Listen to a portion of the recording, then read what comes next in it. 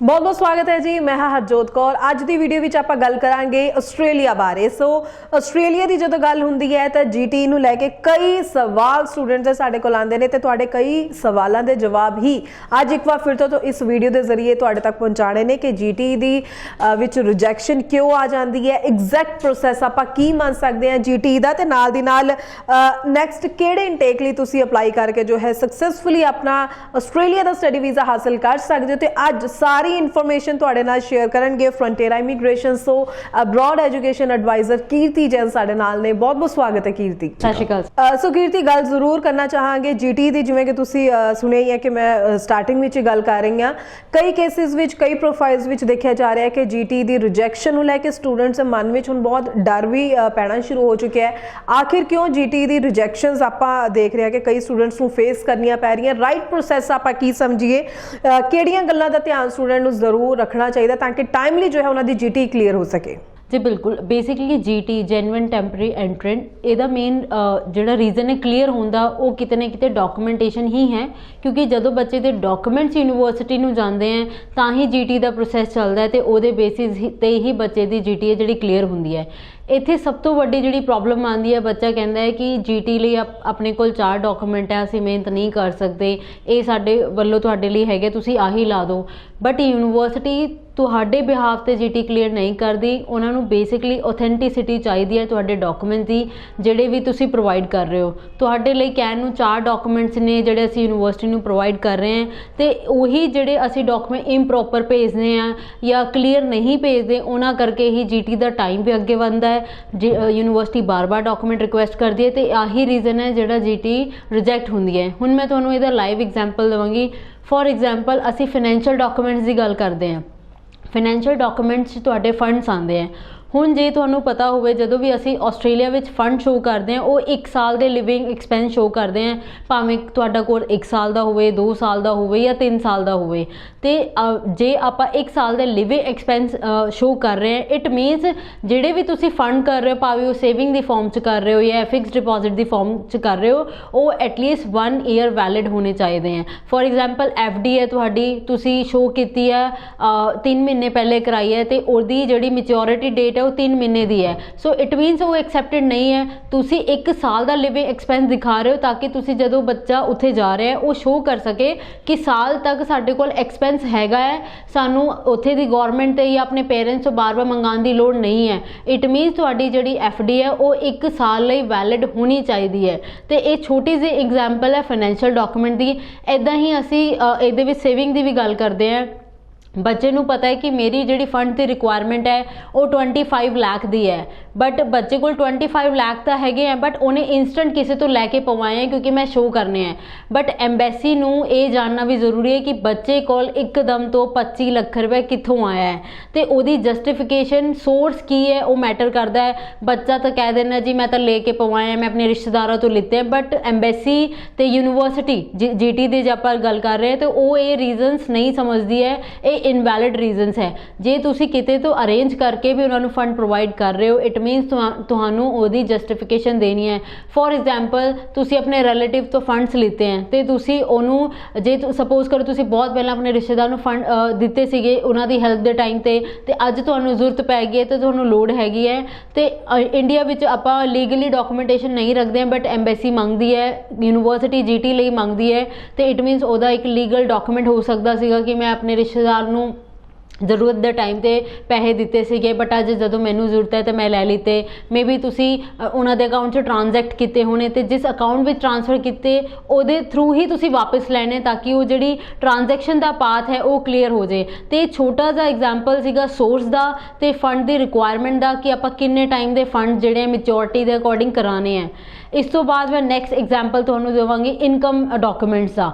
Income documents 'ਚ majorly ਜੇ ਅਸੀਂ ਗੱਲ ਕਰਦੇ ਹਾਂ, ਬਾਹਰ ਦਾ ਜਿਹੜਾ ਬੱਚਾ ਜਾਂਦਾ ਉਹ ਪੰਜਾਬ ਹਰਿਆਣਾ ਤੋਂ ਹੁੰਦਾ ਹੈ ਤੇ ਉਹਨਾਂ ਦਾ ਜਿਹੜਾ ਮੇਨ ਸੋਰਸ ਹੈ ਇਨਕਮ ਦਾ ਉਹ ਐਗਰੀਕਲਚਰ ਰਹਿੰਦਾ ਹੈ। ਹੁਣ ਐਗਰੀਕਲਚਰ ਦੀ ਜਦੋਂ ਆਪਾਂ ਗੱਲ ਕਰਦੇ ਹਾਂ ਤੇ ਇੱਕ ਪਰਸਨ ਹੈ ਜਿਹੜੀ ਖੇਤੀ ਕਰਦਾ ਹੈ, ਉਸ ਤੋਂ ਬਾਅਦ ਉਹ ਮੰਡੀ ਵਿੱਚ ਜਾ ਕੇ ਉਹਨੂੰ ਸੇਲ ਕਰਦਾ ਹੈ, ਜਿੱਥੇ ਤੋਂ ਅਸੀਂ ਸਾਨੂੰ ਜੇ ਫਾਰਮ ਮਿਲਦੇ ਹੈ ਪ੍ਰੂਫ ਕਰਨ ਲਈ ਕਿ ਅਸੀਂ ਉਹਨਾਂ ਨੂੰ ਇੰਨੇ ਜਿਹੜੀ ਹੈ ਅਨਾਜ ਦਿੱਤਾ ਹੈ ਤੇ ਸਾਨੂੰ ਇੰਨਾ ਪੈਸਾ ਮਿਲਿਆ ਹੈ।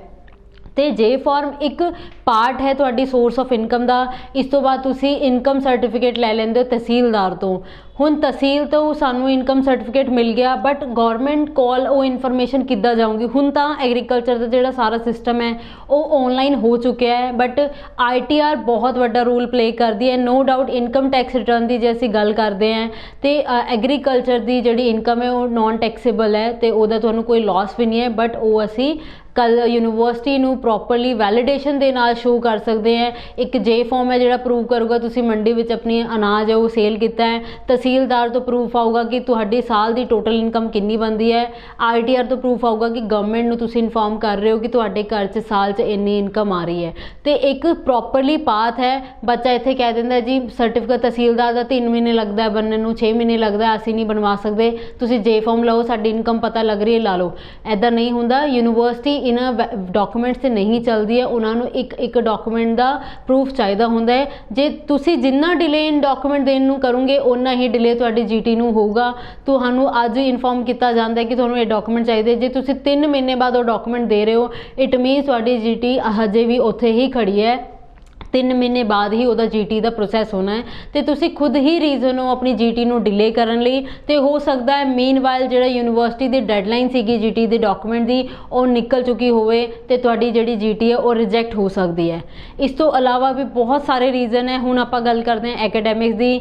ਬੱਚਾ ਹੈ 21 ਪਾਸ ਆਊਟ ਹੈ, ਅੱਜ ਅਸੀਂ 23 ਵਿੱਚ ਬੈਠੇ ਹਾਂ, 2 ਸਾਲ ਕੁਝ ਨਹੀਂ ਕੀਤਾ, ਬਟ ਯੂਨੀਵਰਸਿਟੀ ਨੂੰ ਇਹ ਰੀਜ਼ਨ ਨਹੀਂ ਚਾਹੀਦਾ ਹੁੰਦਾ ਕਿ ਬੱਚੇ ਨੇ ਕੁਝ ਨਹੀਂ ਕੀਤਾ। ਬੱਚੇ ਬਹੁਤ ਰੀਜ਼ਨ ਦਿੰਦੇ ਨੇ ਕਿ ਲੋਕਡਾਊਨ ਸੀ, ਲੋਕਡਾਊਨ 2020 ਦੇ ਵਿੱਚ ਸੀਗਾ, 21 ਦੇ ਵਿੱਚ ਨਹੀਂ ਸੀਗਾ, 2 ਵਿੱਚ ਨਹੀਂ ਸੀਗਾ, 23 ਦੇ ਵਿੱਚ ਨਹੀਂ ਸੀਗਾ। ਤੇ ਪ੍ਰੋਪਰ ਇੱਕ ਗੈਪ ਜਸਟੀਫਿਕੇਸ਼ਨ ਤੁਸੀਂ ਕੀ ਕੀਤਾ ਹੈ। ਸਪੋਜ਼ ਤੁਹਾਨੂੰ ਕੋਈ ਮੈਡੀਕਲ ਇਸ਼ੂ ਸੀਗਾ ਤੇ ਮੈਡੀਕਲ ਦੇ ਪ੍ਰੂਫ ਕਿੱਥੇ ਨੇ, ਤੁਸੀਂ ਕਿੱਥੇ ਜੌਬ ਕੀਤੀ ਹੈ ਤੇ ਐਕਸਪੀਰੀਅੰਸ ਕਿੱਥੇ ਹੈ। ਇਹਦੇ ਵਿੱਚ ਵੀ ਐਕਸਪੀਰੀਅੰਸ ਦੀ ਇੱਕ ਛੋਟੀ ਜਿਹੀ ਐਗਜ਼ਾਮਪਲ ਦੇਵਾਂਗੀ। ਬੱਚੇ ਦਾ 2 ਸਾਲ ਦਾ ਐਕਸਪੀਰੀਅੰਸ ਹੈ, ਅੱਜ ਤੋਂ ਜੌਬ ਸ਼ੁਰੂ ਕੀਤੀ ਹੈ, ਮੈਂ 10,000 ਸੈਲਰੀ ਲੈ ਰਿਹਾ ਸੀਗਾ, ਅਗਲੇ ਸਾਲ ਵੀ ਸੇਮ ਸੈਲਰੀ ਚੱਲ ਰਹੀ ਹੈ, ਉਸ ਤੋਂ ਅਗਲੇ ਸਾਲ ਵੀ ਸੇਮ ਸੈਲਰੀ ਚੱਲ ਰਹੀ ਹੈ, ਜਿਹੜੀ ਕਿ ਪੋਸੀਬਲ ਨਹੀਂ ਹੈ। ਜੇ ਮੈਂ 3 ਸਾਲ ਇੱਕ ਕੰਪਨੀ 'ਚ ਜੌਬ ਕੀਤੀ ਹੈ ਤੇ ਮੈਂ ਗਰੋਥ ਲਈ ਕੀਤੀ ਹੈ, ਆਫ ਕੋਰਸ ਮੇਰਾ ਹਰ ਸਾਲ ਇੰਕਰੀਮੈਂਟ ਲੱਗਿਆ ਹੋਏਗਾ ਤੇ ਹੋ ਸਕਦਾ ਹੈ ਜੇ ਮੈਂ ਕੰਮ ਵਧੀਆ ਕੀਤਾ ਮੇਰੀ ਪ੍ਰਮੋਸ਼ਨ ਵੀ ਹੋਈ ਹੋਣੀ। ਤੇ ਇਹ ਸਾਰੀ ਚੀਜ਼ਾਂ, ਇਹ ਫੈਕਟਰਸ ਐਮਬੈਸੀ ਵੇਖਦੀ ਹੈ। ਤੁਸੀਂ ਸੋਚਦੇ ਹੋ ਕਿ ਮੇਬੀ ਜਿਹੜੀ ਯੂਨੀਵਰਸਿਟੀ ਹੈ ਉਹ ਡਾਕੂਮੈਂਟ ਚੈੱਕ ਨਹੀਂ ਕਰਦੀ, ਬਟ ਇੱਕ ਡਾਕੂਮੈਂਟ ਚੈੱਕ ਹੁੰਦਾ ਤਾਂ ਹੀ GT ਟਾਈਮ ਲੈਂਦੀ ਹੈ, ਤਾਂ ਹੀ ਤੁਸੀਂ ਜਦੋਂ ਇਹਨੂੰ ਸੀਰੀਅਸ ਨਹੀਂ ਲੈਂਦੇ ਤੁਹਾਡੀ GT ਉੱਥੇ ਹੀ ਖੜੀ ਰਹਿੰਦੀ ਹੈ। So these are the basic reason, ਜਿਹੜੀ ਮੈਂ ਸਿਰਫ ਤੁਹਾਨੂੰ ਕੁਝ ਪਰਟੀਕੂਲਰ ਐਗਜ਼ਾਮਪਲ ਦਿੱਤੀ ਹੈ, ਰੀਜ਼ਨ ਨੇ ਕਿ ਤੁਹਾਡੀ GT ਜਿਹੜੀ ਉਹ ਰਿਜੈਕਟ ਹੋ ਜਾਂਦੀ ਹੈ। ਜੀ ਬਿਲਕੁਲ, ਆਈ ਹੋਪ ਕਿ ਸਟੂਡੈਂਟਸ ਨੂੰ GT ਨੂੰ ਲੈ ਕੇ ਬਹੁਤ ਸਾਰੀ ਚੀਜ਼ਾਂ ਕਲੀਅਰ ਹੋ ਗਈਆਂ ਹੋਣਗੀਆਂ ਕਿ ਕਿਹੜੇ ਪੁਆਇੰਟਸ ਉੱਪਰ ਤੁਸੀਂ ਫੋਕਸ ਕਰਨਾ ਹੈ, ਕਿਹੜੀਆਂ ਗਲਤੀਆਂ ਦੇ ਨਾਲ GT ਦੀ ਰਿਜੈਕਸ਼ਨ ਹੋ ਜਾਂਦੀ ਹੈ। ਸੋ ਕੀਰਤੀ, ਜਿੱਥੇ ਆਪਾਂ GT ਨੂੰ ਲੈ ਕੇ ਕਲੈਰੀਫਿਕੇਸ਼ਨ ਤਾਂ ਪੂਰੀ ਦਿੱਤੀ ਹੀ ਹੈ, ਪਰ ਨਾਲ ਦੀ ਨਾਲ ਮੈਂ ਹੁਣ ਜ਼ਰੂਰ ਚਾਹਾਂਗੀ ਕਿ ਜੇ ਆਪਾਂ ਗੱਲ ਆਸਟ੍ਰੇਲੀਆ ਦੀ ਕਰ ਹੀ ਰਹੇ ਹਾਂ ਤਾਂ ਆਪਾਂ ਕਮਿੰਗ ਨੈਕਸਟ ਇਨਟੇਕਸ ਦੀ ਵੀ ਗੱਲ ਜ਼ਰੂਰ ਕਰੀਏ, ਗੱਲ ਆਪਾਂ ਯੂਨੀਵਰਸਿਟੀਜ਼ ਦੀ ਵੀ ਜ਼ਰੂਰ ਕਰੀਏ ਤਾਂ ਕਿ ਸਟੂਡੈਂਟਸ ਜੋ ਹੈ ਟਾਈਮਲੀ ਚੰਗੀ ਯੂਨੀਵਰਸਿਟੀਜ਼ ਵਿੱਚ ਆਪਣੀ ਐਡਮਿਸ਼ਨ ਕਰਵਾ ਸਕਣ। ਜੀ ਬਿਲਕੁਲ, ਜੇ ਅਸੀਂ ਇਨਟੇਕ ਦੀ ਗੱਲ ਕਰੀਏ, ਫਿਲਹਾਲ April ਤੇ ਜੁਲਾਈ ਇਨਟੇਕ ਨੇ ਜਿਹਦੇ ਲਈ ਐਡਮਿਸ਼ਨਸ ਆਲਰੇਡੀ ਇਨ ਨੇ, ਚੱਲ ਰਹੀਆਂ, ਬਹੁਤ ਸੀਟਸ ਹਨ ਜਿਹੜੀ ਆਲਰੇਡੀ ਫਿਲ ਹੋ ਚੁੱਕੀ ਨੇ। ਜੇ ਅਸੀਂ ਯੂਨੀਵਰਸਿਟੀਜ਼ ਦੀ ਗੱਲ ਕਰਦੇ ਹਾਂ, ਅਸੀਂ ਸਾਰੀ ਲੈਵਲ 1 ਦੀ ਯੂਨੀਵਰਸਿਟੀਜ਼ ਡੀਲ ਕਰਦੇ ਨੇ, ਸਾਡੇ ਕੋਲ ਡਾਇਰੈਕਟ ਟਾਈਅਪਸ ਨੇ ਤੇ ਉਹਦੇ ਵਿੱਚ ਜੇ ਬੱਚਾ ਟਾਈਮਲੀ ਤੇ ਕਰੈਕਟ ਡਾਕੂਮੈਂਟ ਸਾਨੂੰ ਪ੍ਰੋਵਾਈਡ ਕਰਦਾ ਹੈ ਤੇ ਅਸੀਂ ਵਿਦਿਨ ਅ ਵੀਕ ਵੀ ਤੁਹਾਡੀ GT ਕਲੀਅਰ ਕਰਵਾ ਸਕਦੇ ਹਾਂ। ਬਟ ਯੈਸ, ਉਹਦੇ ਲਈ ਤੁਹਾਨੂੰ ਸਾਡੀ ਜਿਹੜੀ ਗਾਈਡਲਾਈਨਸ ਹੈ ਡਾਕੂਮੈਂਟਸ ਦੇ ਲਈ ਉਹ ਫੋਲੋ ਕਰਨੀ ਪੈਣੀ ਤੇ ਟਾਈਮਲੀ ਜੇ ਤੁਸੀਂ ਡਾਕੂਮੈਂਟ ਦਿੰਦੇ ਹੋ ਵਿਦਿਨ ਅ ਵੀਕ ਅਸੀਂ ਤੁਹਾਡੀ GT ਕਲੀਅਰ ਕਰਵਾ ਸਕਦੇ ਹਾਂ।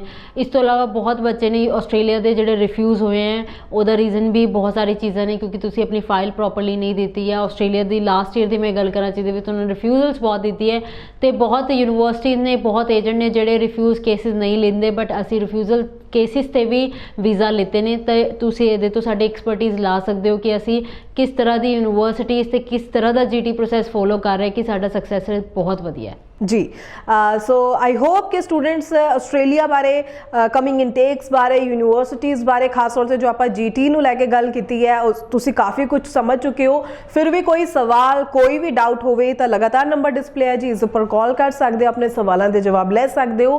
ਕਮੈਂਟ ਸੈਕਸ਼ਨ ਦੇ ਵਿੱਚ ਵੀ ਤੁਸੀਂ ਆਪਣੇ ਸਵਾਲ ਜ਼ਰੂਰ ਡ੍ਰੌਪ ਕਰ ਸਕਦੇ ਹੋ। ਅੱਜ ਦੀ ਵੀਡੀਓ ਚੰਗੀ ਲੱਗੀ ਹੈ, ਇਨਫੋਰਮੇਟਿਵ ਲੱਗੀ ਹੈ ਤਾਂ ਇਸ ਨੂੰ ਲਾਈਕ ਐਂਡ ਸ਼ੇਅਰ ਜ਼ਰੂਰ ਕਰ ਦੇਣਾ। ਤੇ ਕੀਰਤੀ, ਤੁਹਾਡਾ ਬਹੁਤ ਬਹੁਤ ਥੈਂਕਸ, ਤੁਸੀਂ ਅੱਜ ਡਿਟੇਲ ਦੇ ਵਿੱਚ GT ਬਾਰੇ ਦੱਸਿਆ, ਕਮਿੰਗ ਇਨਟੇਕਸ ਬਾਰੇ ਵੀ ਦੱਸਿਆ। ਸੋ ਅੱਗੋਂ ਵੀ ਇਸੇ ਤਰੀਕੇ ਨਾਲ ਤੁਹਾਡੇ ਲਈ ਇਨਫੋਰਮੇਟਿਵ ਵੀਡੀਓਜ਼ ਲੈ ਕੇ ਆਉਂਦੇ ਰਵਾਂਗੇ। ਤਦ ਤੱਕ ਲਈ ਤੁਸੀਂ ਰੱਖੋ ਜੀ ਆਪਣਾ ਖਿਆਲ। ਧੰਨਵਾਦ।